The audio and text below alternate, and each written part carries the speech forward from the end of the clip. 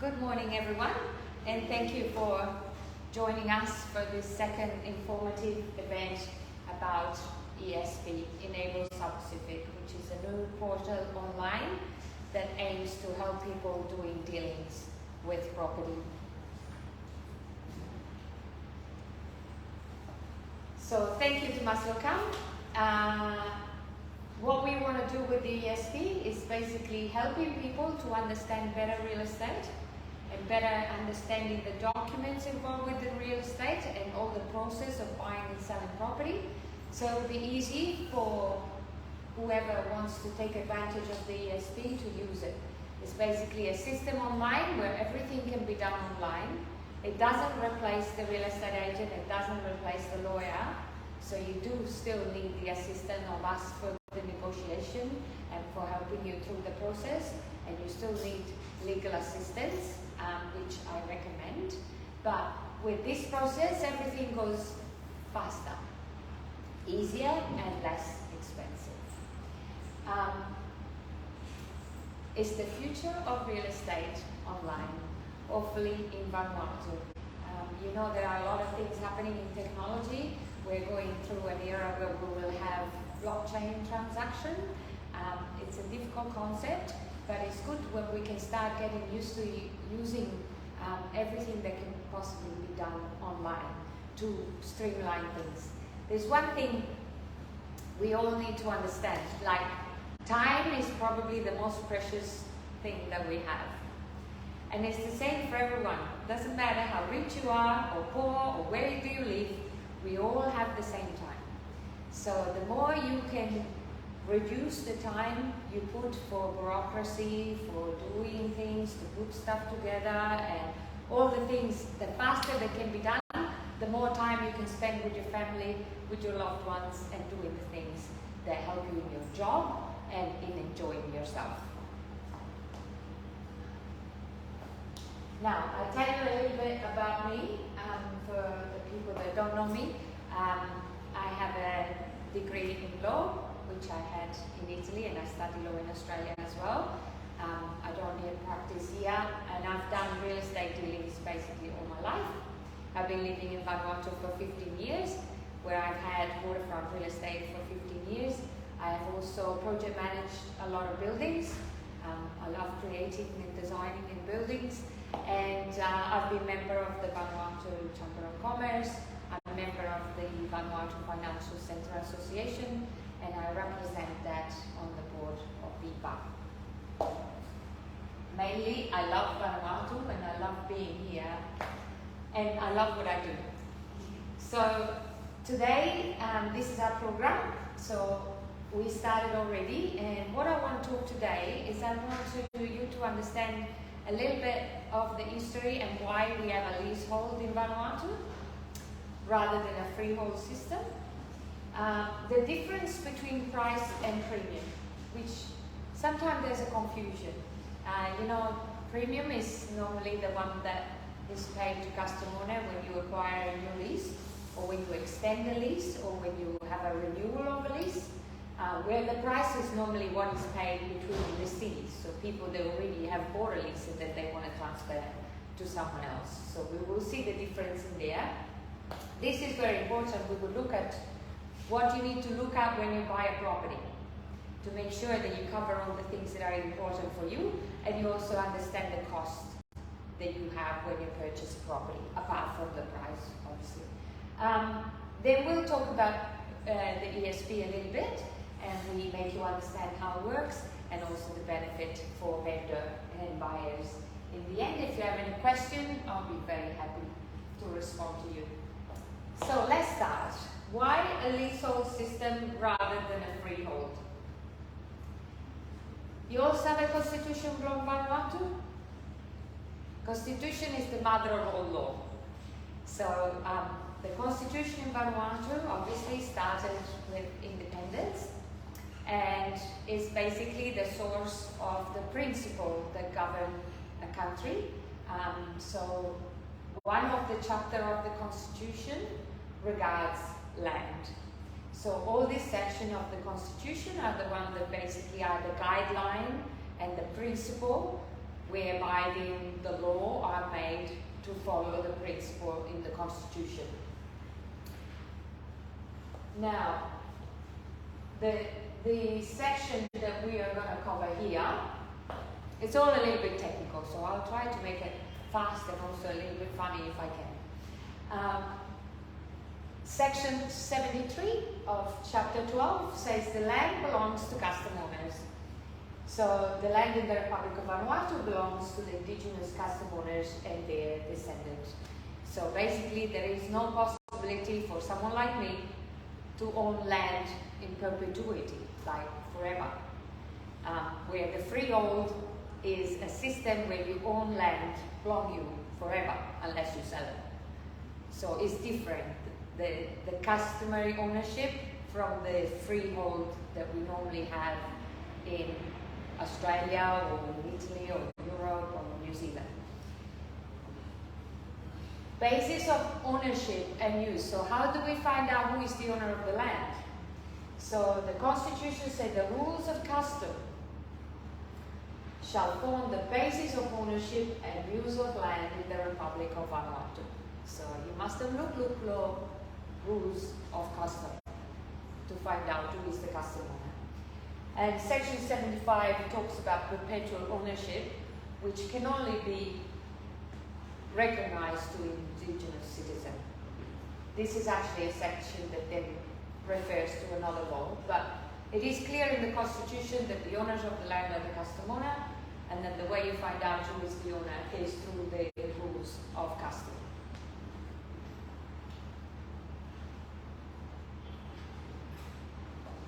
Now, we need to go back a little bit in history. So, you all sabe colonization, and people come and take land and use it, develop it, do agriculture, do pasture land, whatever, build house below him. So before independence there was a situation, I wasn't there, so pardon if my history recollection is not perfect, but I'm only repeating what I read on papers that I have studied. So one of the problems before independence was that a lot of land was taken away from the locals, and sometimes without paying proper price, without compensation. And so obviously the indigenous people, the local people, they do need land for sustainment, for agricultural, for living, for neighborhood. So one of the problems was taking back some of that land, or at least have some compensation for the land that was taken. At the same time, so this is one of the issues, return the alienated land. And the other issue was to restore the investor confidence for future development. Now obviously, if you come here like me and buy land and spend a lot of money to buy land, then you don't want someone to come and take it from you.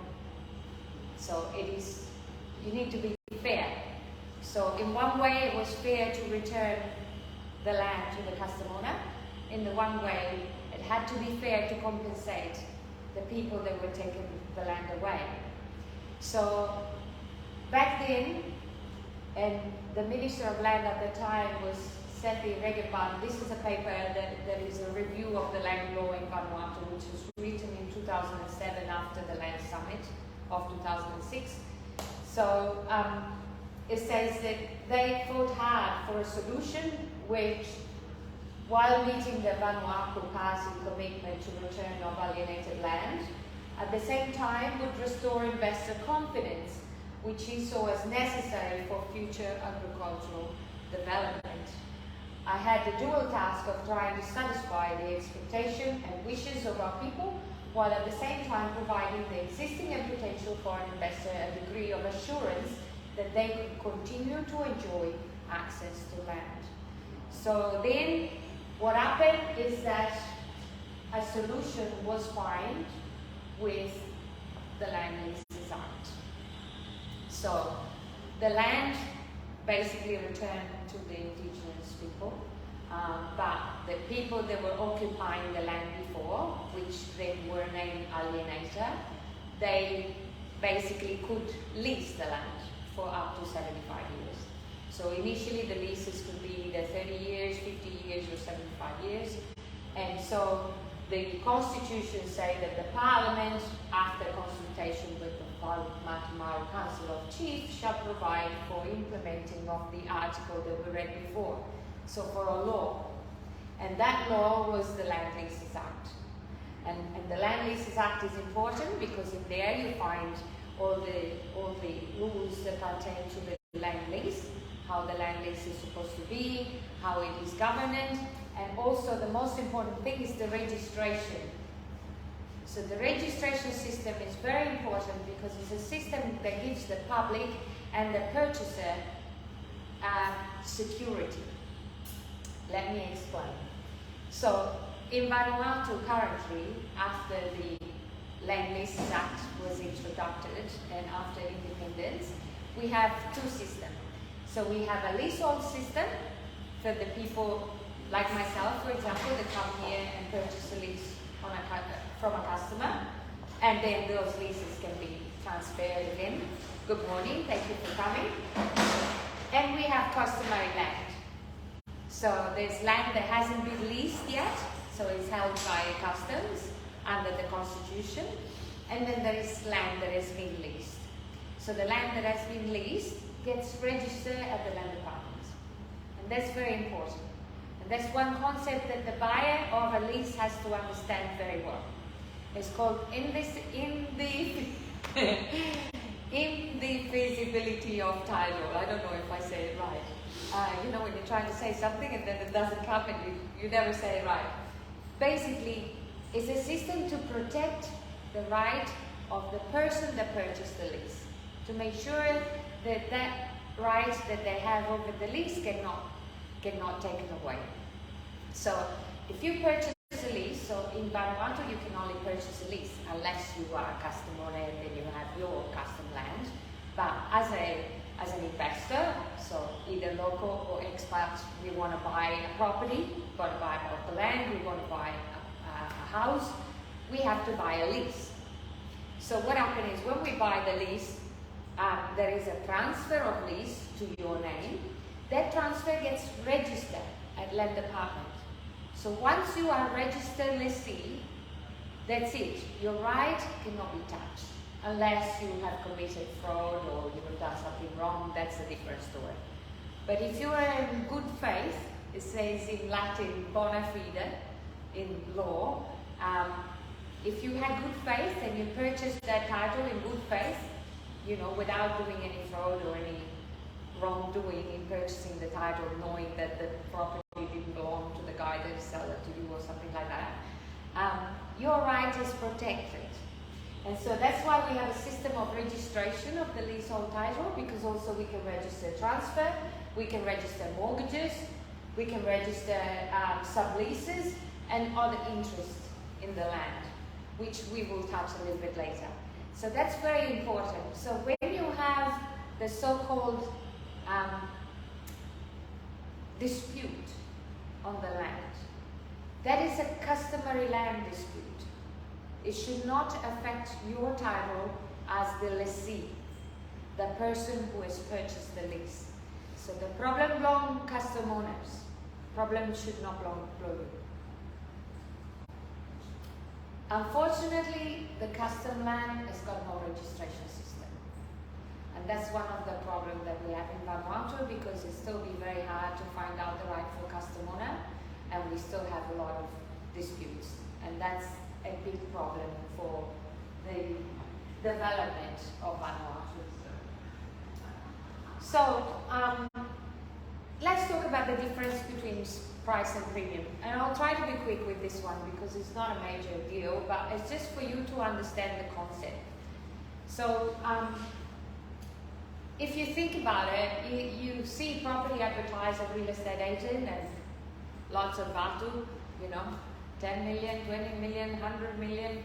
And then you see premium block custom owner is more to pass. So basically the concept is simple. When you purchase a property from another lessee, like you purchase a property from me, for example, I can't be a custom owner, I'm just a lessee. So you pay price. So when I get the price, I don't get the land rent for 75 years, right? I only get that price and then it finishes. And also, you already have a registered lease that I can easily transfer to you. When you go to Castamone, it's a bit more complicated. You have to go through land department, certificate of negotiation, green certificate, la la la. You have to do the lease. You have to do the state law has to approve it. Long time. You have to survey the land. Long time, long cost. So that is a cost that also normally is the buyer that is paying. So you gotta be fair. So because the buyer has to do all that and pay all that, you need to reduce the price a little bit. The same thing is custom belong land receives 75 years land rent every year. So that becomes money. So say every year you pay 30,000 Vanuatu, so you make 30,000 Vanuatu plus 75 years is some Vanuatu. So that's why the premium should be a little bit less than the price. So prices between people, they're not custom owner, only lessee. So you got lease, you transfer below me, it finishes. So you sell, you don't get anything anymore. And title is already registered. But when you buy from custom owner, or you renew a lease, or you get a new lease, then it's different because you have to do all the process, and you also have to, the custom owner gets the land rent for 75 years, so you've got to take that into account. So to understand this a little bit better, we just look at some history of the legislation. So the Land Leases Act, which is the one that we looked at it before, that was enacted after independence in 1983. Then it was amended in 2003. And for the first time, what they did is they introduced the possibility to extend the lease or to give a renewal of a lease, never past the 50 or the 75 years. But if you had, say, for example, 60 years left, you could extend for another 15 if it was 75 years. Or if you're 50 years lease in town, for example, you already done 30, you could extend 20 years. So no more than 50 years altogether, or no more than 75 years altogether, depending on the term of your lease. But they gave the right of people to do that, and the right of people to ask for renewing the lease. But this is only for urban land. So the urban land is the one that is in the municipality of Orvila and Luganville, and that land belongs to the government. And the government gives indemnity to the custom owner when they receive land rent from the people. So all the leases in municipality of Orvila and Luganville are owned by the government. So you pay government for land rent and all the rest of things. So what they did, they introduced the possibility to extend the lease and to renew the lease. And they say you pay the minister obviously because it's urban land, so it's a minister lease because it's a government land. You pay a premium.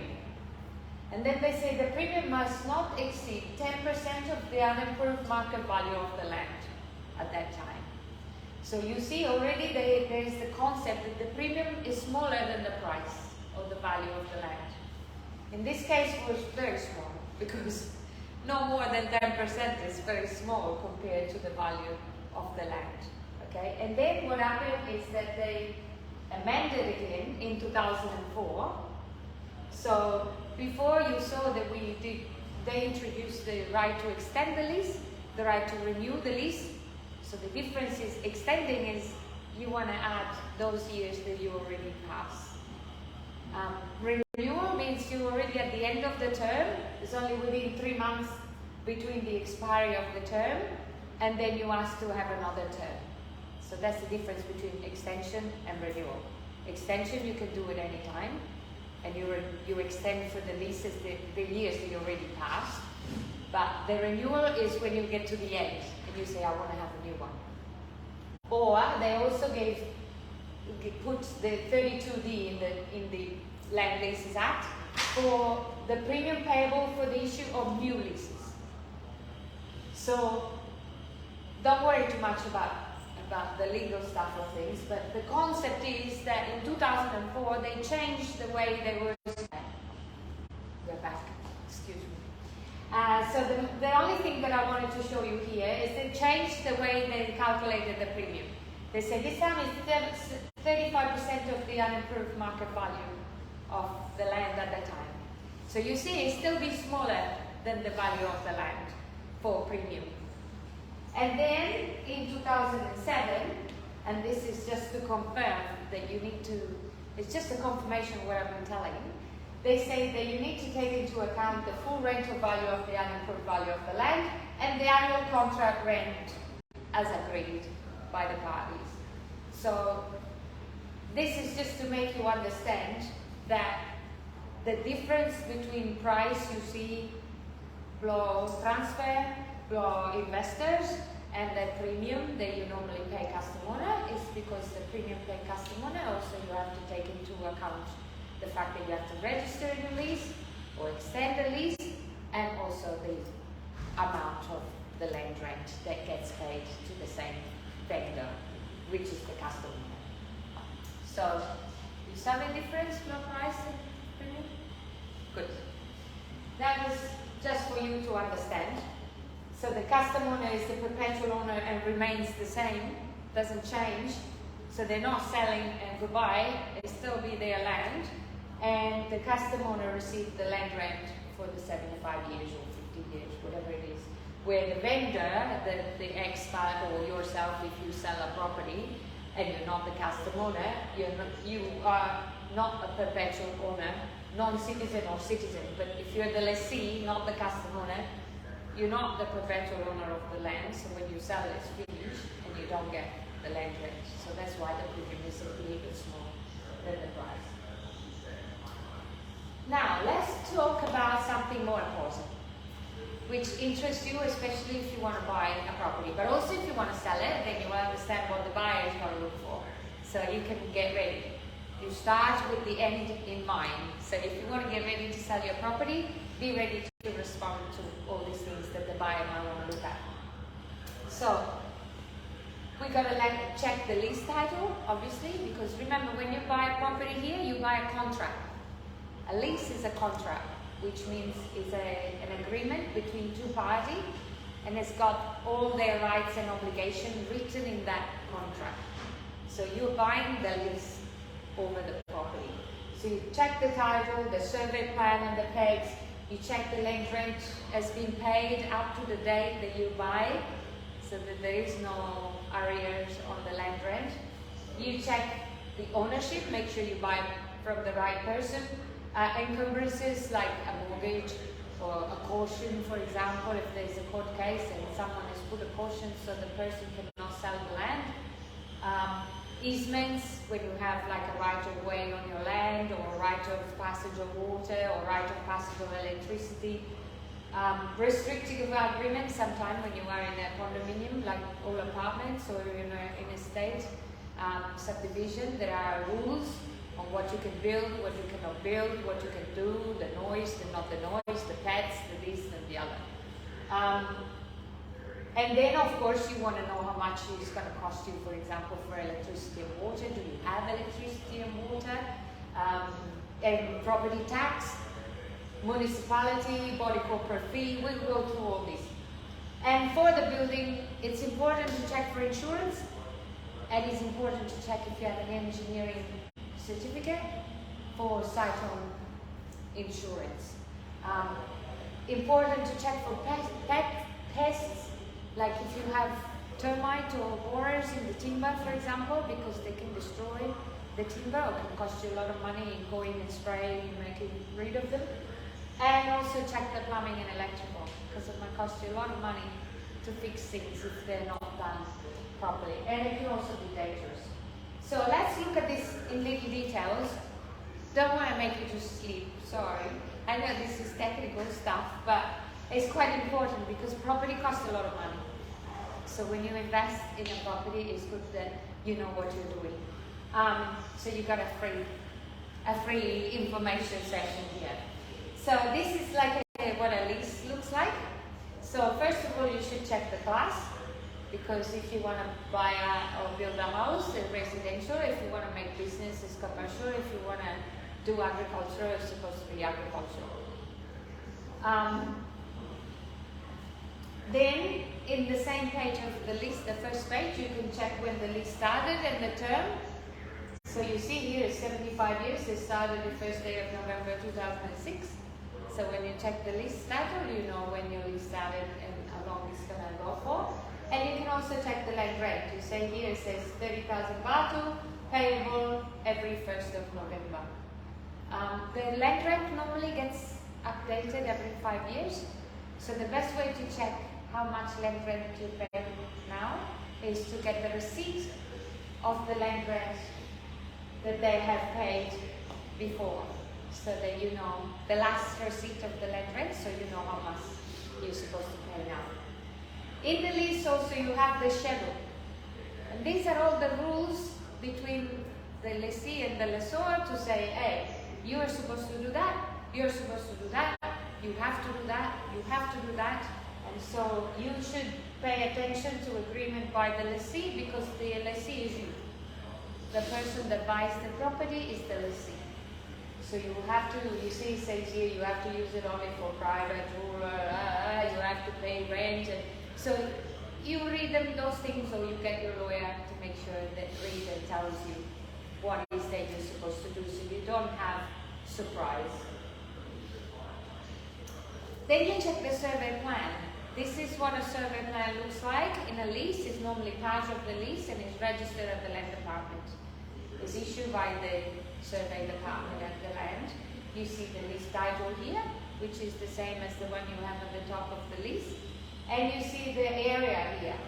So to know the area, you see here is a 4645, I think. So it's 4,545 square meter. So you're reading low number, low line, and that's the amount of square meter. You say Vislana like that? Yes. Yes? Good. Okay, so it's good to check it, and if you can find the pegs on the actual land, so you know exactly where your boundary is. If you can't find the pegs and you really want to know, then you have to ask for a survey to come back. So you can ask the vendor, for example, hey, you pay survey, come back and show me the thing, and vendor might say, no, you pay. Oh no, you pay. Oh no, you pay. So then that's why you need a real estate agent to help you in doing the best deal for you. So, as I said, receipt of land rent is good, so you can see normally when people pay land rent, they have to take a receipt, signed receipt that they're paid. So you can see, okay, if I buy this property, my land rent now is 30,000 that I have to pay every year. And also you need to have this because it tells you that they paid land rent. And also when you buy, for example, say you buy in May and the land rent was due in November. So the vendor has paid the land rent for the whole year, but you buy in May, so you have to give back the money from May to November to the vendor. So that is all calculated by the agent or the lawyer when you buy the property. Ownership. Have you ever seen this document before? No? Okay, this is called Advice of Registration of Dealings. So when you register your transfer of lease at the land department, then they give you a document like this that says Valerie or says, you know, your name or your name.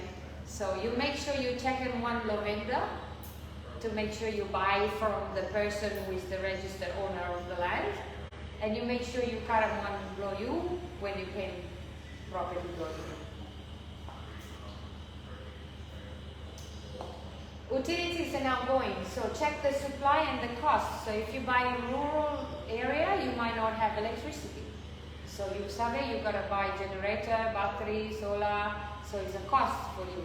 You know, got water, you've got to make a drill a bore, cost money, or you've got to have to put a water tank. And so, or if you have electricity and water, that's fine, but then you might want to know how much. You ask the vendor, say, hey, how much do you normally pay electricity every month or something, so you get an idea. If you buy a house, for example, you might want to ask these things to make sure you know how much money you have to pay every month. Land rent, how much it's going to cost you. Property taxes normally in rural area, so there is Shefa property tax for outside for villa, and there is other provinces property tax. To give you an example, in Shefa, for a residential property Only for building, not for land. You don't pay for land. Only if you have a building already. You pay 15,000 baht per year for residential. For commercial, like say I have a restaurant up in Havana, I pay 30,000 baht per year. 15,000 every 6 months. Municipality in Povila, just find out how much it is, then you have to pay if you buy property here, which is basically like a property tax, but it's in Villa. And the body corporate fee. You sabe body corporate? Okay, body corporate is, as I said to you, for example, if you have a building with different apartments, then you've got the staircase, you've got the elevator, you might have common garden. So some of the owners, they form an association, or there is an administration like an accountant, for example, that administer the body corporate. So that's all the money you have to pay to maintain the common property, to make sure someone cleans it, someone. And the same is in a subdivision, for example.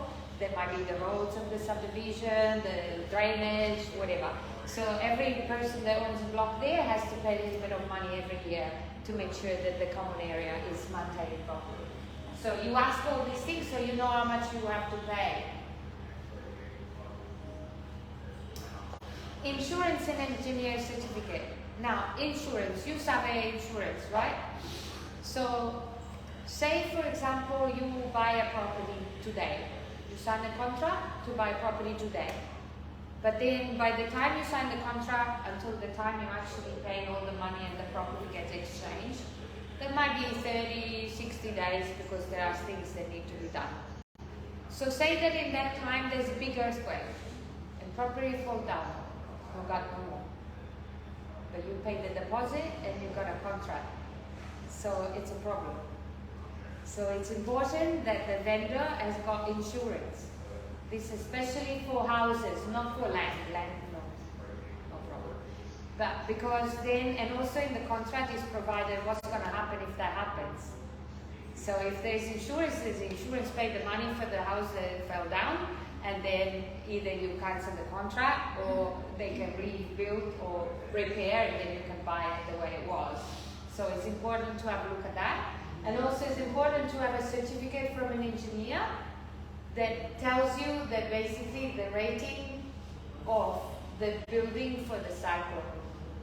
So with this certificate, I just give you the title and the main part of the certificate. It's valid for 10 years.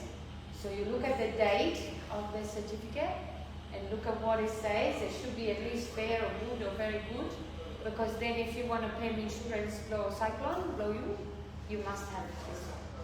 So it's good that the vendor has got one. Otherwise, it might be a big problem to get it, or you have to spend a lot of money for the engineer to do it for you. Plumbing and electrical and pests. As I said, check, especially if you have a lot of timber, natambura, local timber, but even hardwood, the termite can attack it. And so if you have structure with timber and they fallen down, you got no house no more. So you can ask for a pest inspection if there's a lot of timber. Normally if it's a concrete house, there's no problem. But just check around, have a look if you see any trails or something, you know, when you walk around, and be a bit aware of that. And also the plumbing and electrical. When you walk around the property you want to buy, have a look that there is no cable falling down, that there is no broken plumbing or leaking things. And if you really want to be sure, you can have a building inspection. That normally you have an engineer doing an inspection or a property valuer, and you can negotiate with the vendor who pays for that. That's another reason why you need a real estate agent. The cost of the purchase. So there are two main things. So I explained to you before, when you buy a property, you buy a lease. And then the lease gets registered at the land department. So you sign a transfer of lease, and the property, that transfer form, transfer the property to you if you buy, or if you sell, transfer the property to the other person. In our previous event, we explain all of that, so you can go watch it in your own time and you can see all that. So then when you have it all signed and you pay the money, so that's called settlement. You exchange the transfer of lease with all the money for the property. So if you're the buyer, you have the transfer of lease. If you're the vendor, you have all the money. Then you have to lodge it for stamp duty at Vanuatu Financial Service Commission, and you pay 2% of the purchase price. So this property, for example, was sold for $4,500,000. So new owner, purchase, pay 90,000 Vanuatu for stamp duty, and then he paid 225,000 for registration at land department. Remember, we have a system of registering the leases. Costs money because you got to pay all workers for him, and system and computer and electricity and government taxes. So basically, this is what you pay: 2% and 5%. So the total cost is 7%. So in this case, for example, the buyer paid 315,000 baht to law register this property.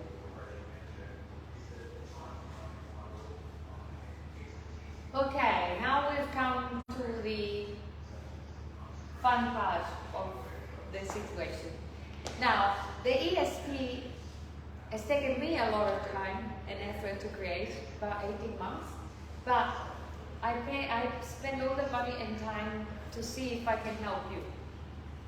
So when you want to sell or buy a property, you have to go to a real estate agent if you want to sell, and say, hey, can you sell my property? You find me a buyer. So you make an agreement with the agent, which I explain you after. And then if you're a buyer also, you might want to go to a lawyer. The lawyer has to maybe make a contract for the offer that you want to bring. You sign an offer to bring to the vendor. So all these things can take time, and they're a bit scattered here and there.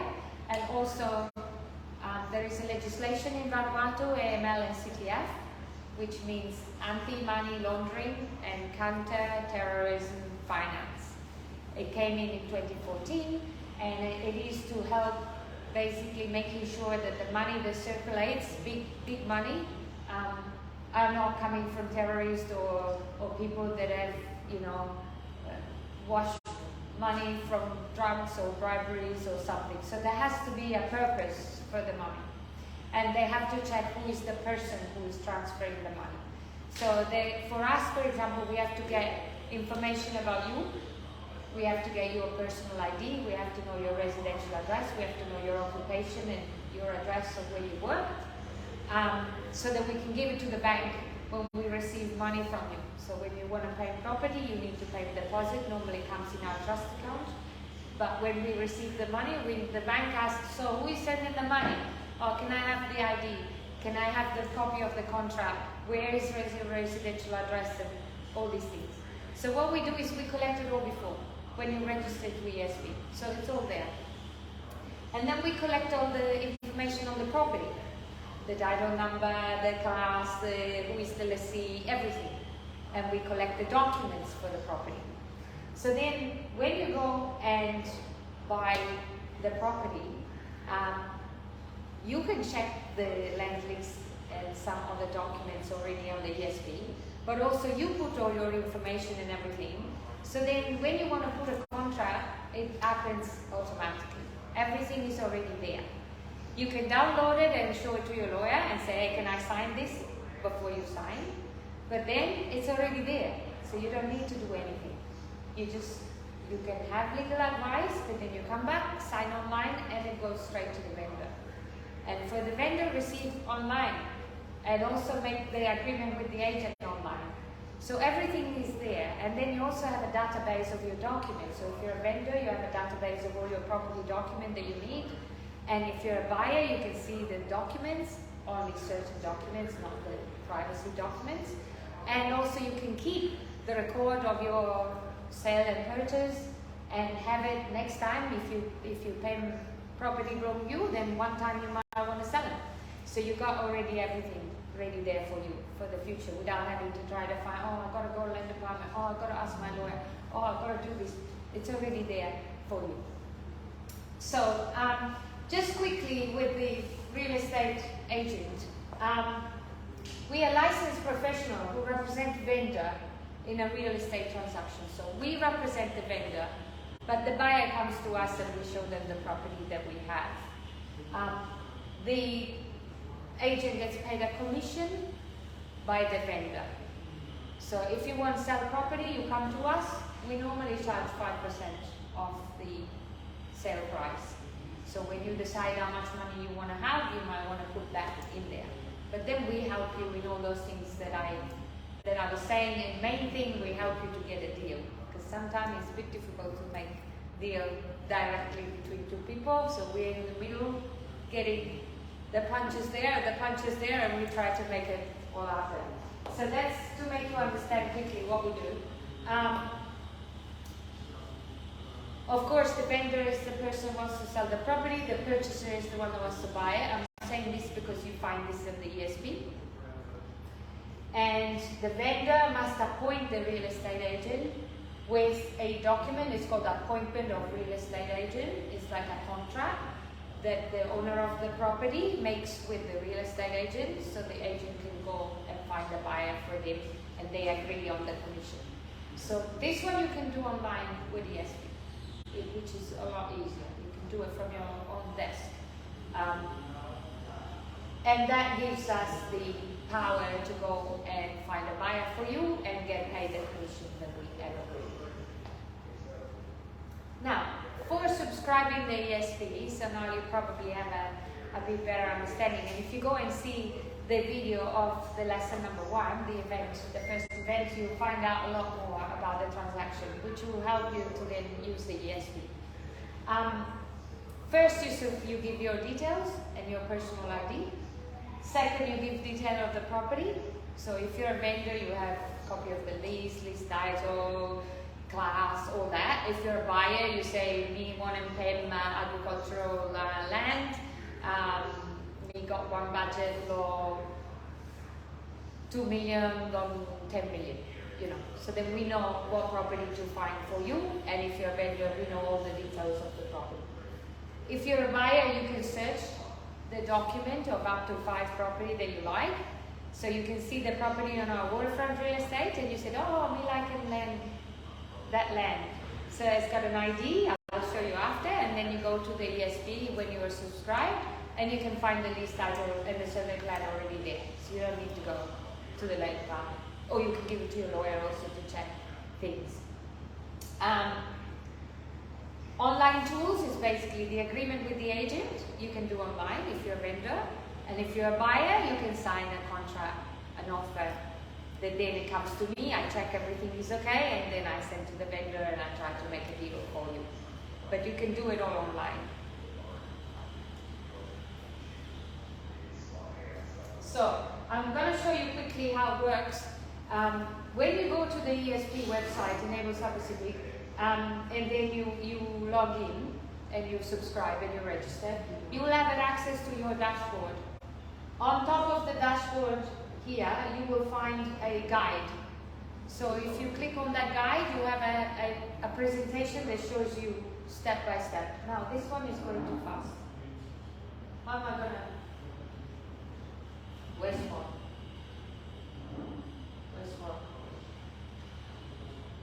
It's going too fast. Okay, to start, you just get started there.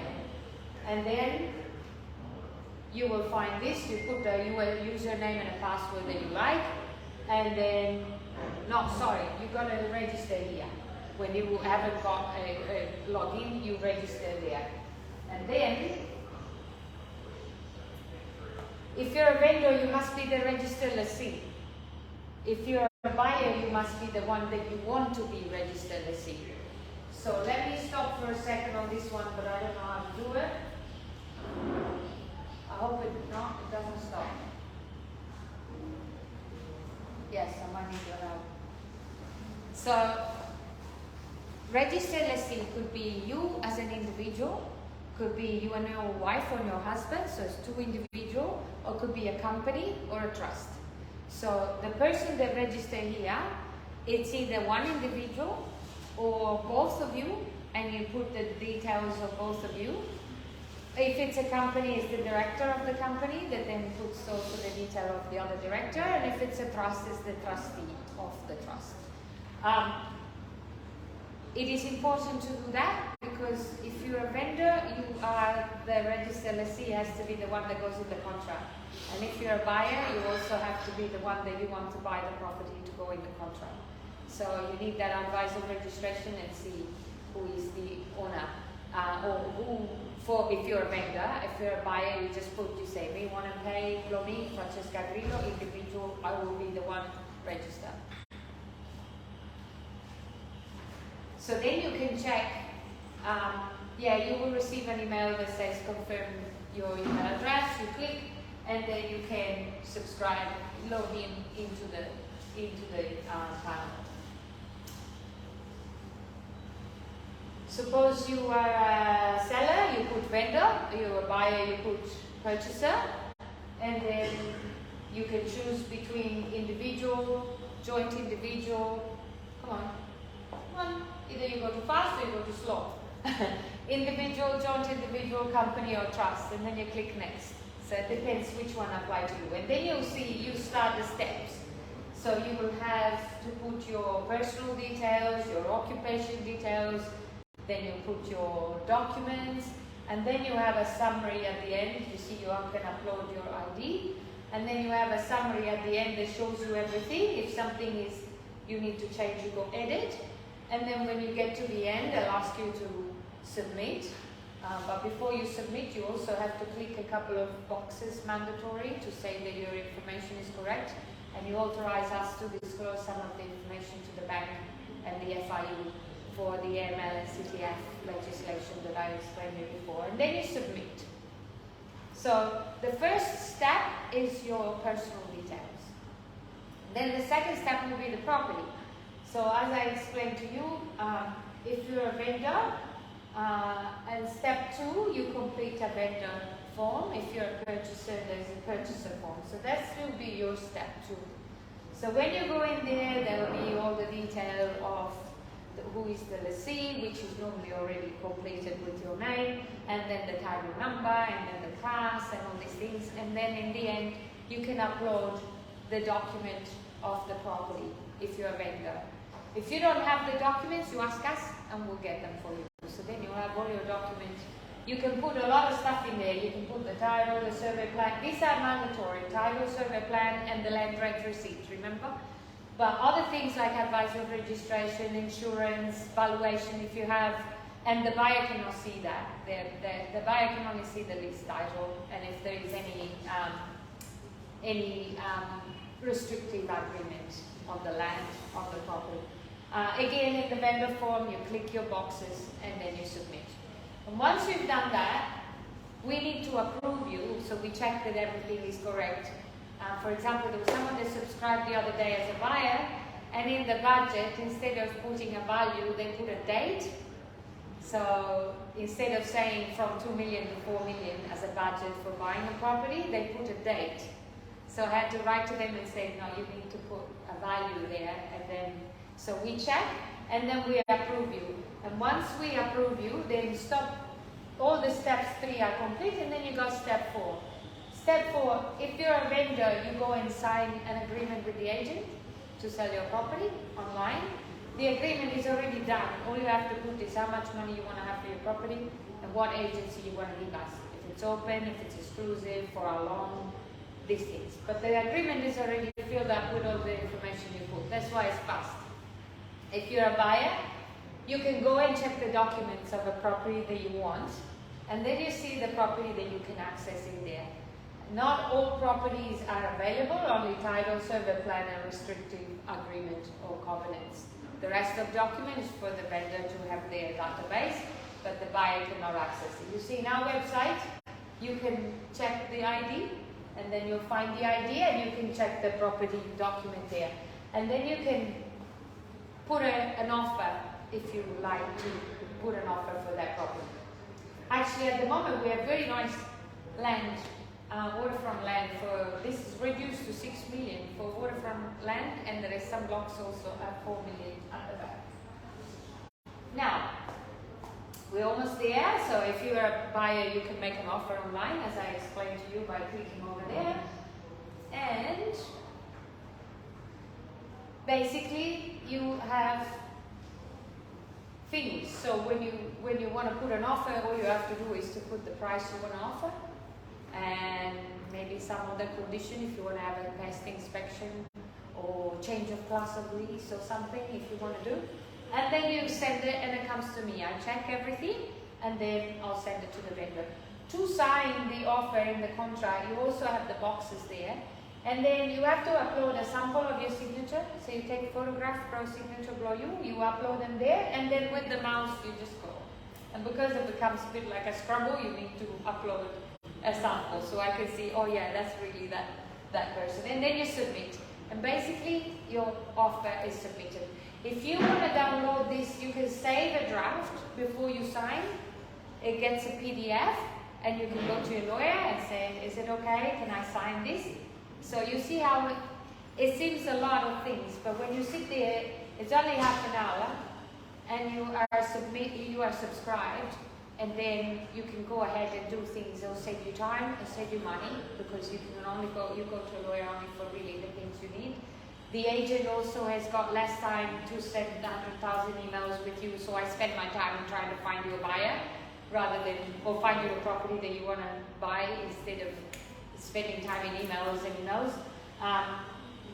And basically you will receive an email with your document attached for the leasing agreement and for the contract. And once we've done all that, then we do our job. We help you if you're a vendor to find you a buyer, and if you're a buyer, we help you to make your offer get accepted and get you the property. Now, one thing it's important to understand is that this process doesn't transfer the property. This process only helps you to do things faster. But transfer the property happens as settlement with the lawyer or the agent, whoever, the way you want to do it. But this is only for signing a contract with the agent and presenting an offer to buy a property. Then after that, we will do our job and everything goes the proper way and the normal way. So don't be scared. You're not selling your property by subscribing in here, or you're not buying anything by subscribing in here. You only commit yourself to buy a property when you sign an offer. But you can download it before, check it, and then sign it after.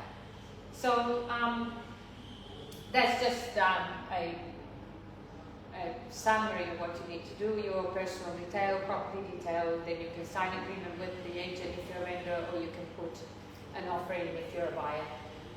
And I must admit that before this system is in full swing, we need to upload a lot more properties. So at the moment we're uploading all the current properties that we have for sale. So if you go on our website on Waterfront Real Estate, you'll find there's a lot of property, there's block of land, there's houses, there's commercial property, we will have some businesses as well. And then there might be not a property that you like there.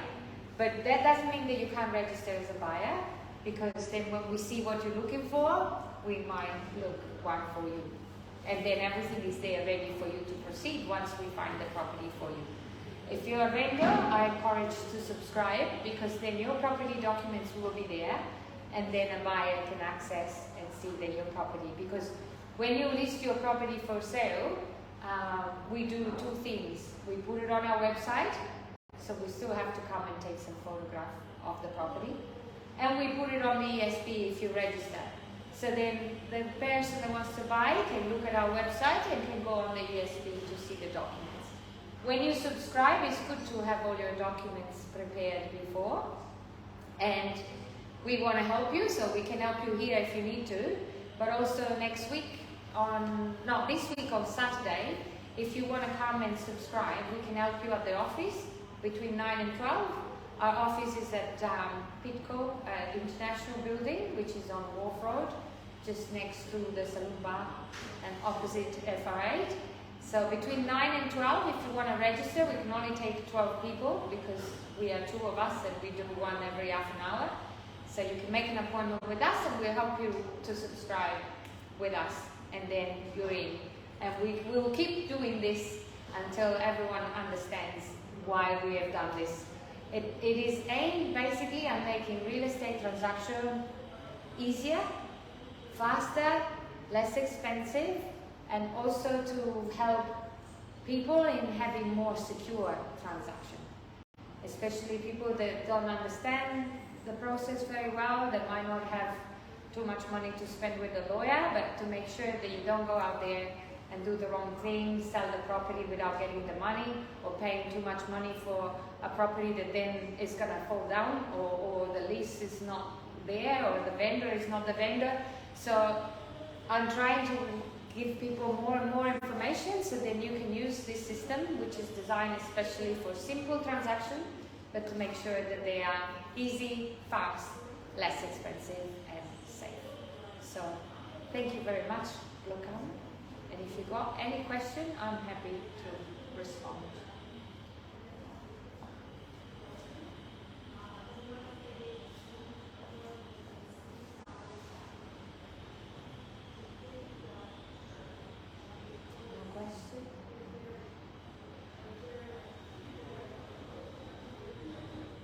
Was it helpful? Was it good for you to understand things? Good. So you gained something today. Very good. Very pleased. Well, you know where to find me. There's my business cards over there. You've got a nice key ring there that you can use, and remember that when you want to sell or buy a property, I will be very happy to help you. And if you have any questions, don't feel shy. I'm here for that.